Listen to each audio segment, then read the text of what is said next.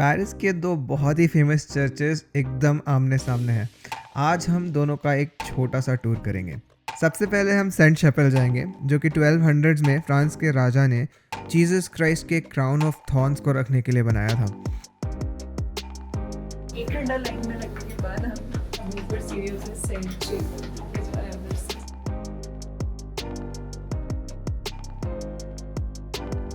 Finally आप कह सकते हैं कि सेंट शैपेल नोटर डेम से ज़्यादा सुंदर है, क्योंकि यहाँ पे इतनी सारी बड़ी बड़ी जायंट ग्लास विंडोज़ हैं।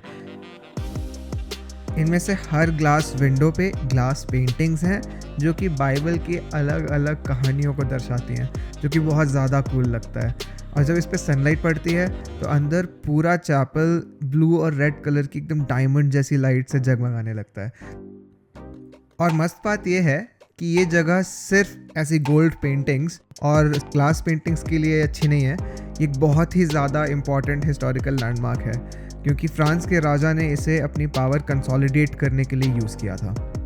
आप ऊपर देख सकते हैं, वहाँ पे क्राउन ऑफ थॉर्न बना हुआ है और इसी जगह पे वो रखा जाता था काफ़ी सेंचुरीज तक।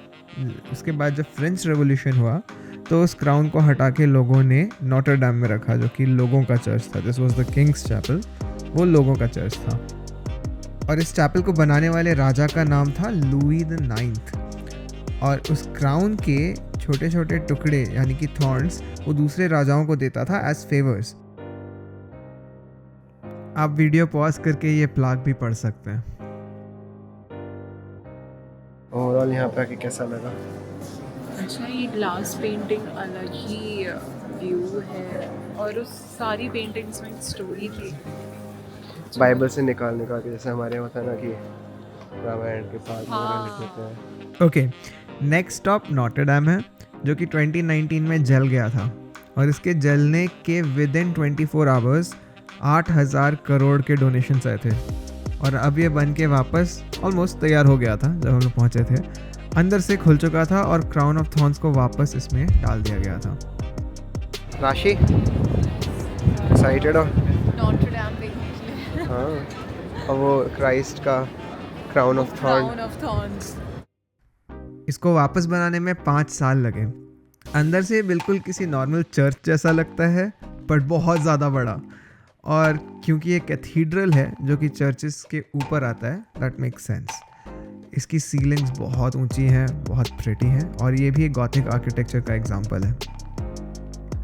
अनलाइक सेंट शैपेल, ये जगह बहुत ज़्यादा होली है क्रिश्चियंस के लिए, एंड बहुत सारे क्रिश्चियंस यहाँ पे आते हैं, जैसे कैंडल्स जलाते हैं और मत्था टेकते हैं, आई गेस। इतनी लंबी लाइन है यहाँ पे उस वही देखने के लिए। तो ये एक्चुअल कन्फेशन बूथ है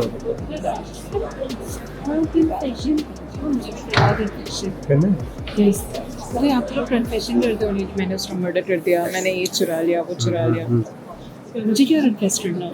आई डोंट लव यू। नहीं, ओटी में तुमने क्या क्या मर्डर किए? हाँ, मैंने नहीं किया ये सब कभी।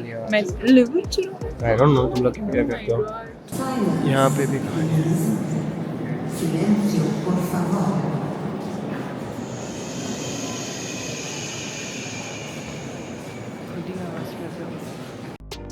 ओके, ये है वो जगह जहाँ पे जीसस क्राइस्ट का क्राउन ऑफ थॉर्न्स दफनाया गया है।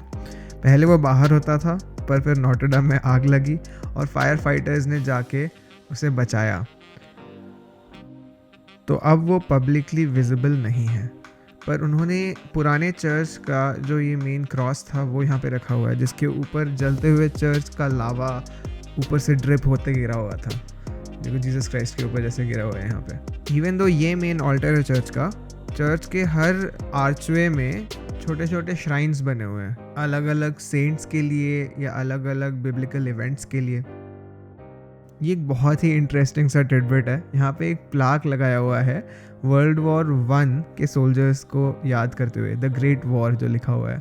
और इस प्लाक में सबसे ऊपर इंडिया का नाम है, यूनाइटेड किंगडम के ऊपर। आप देखो, दिस इज़ वेरी इंटरेस्टिंग, क्योंकि यूजुअली वर्ल्ड वॉर मूवीज़ में इंडियन सोल्जर्स को ज़्यादा दिखाते नहीं है, इतना ज़्यादा याद नहीं करते। पर ये जो बहुत ही पुराना सा प्लाक है, इसमें याद किया गया है। स्ट्रेंज कि यहाँ पे एक प्लाक है।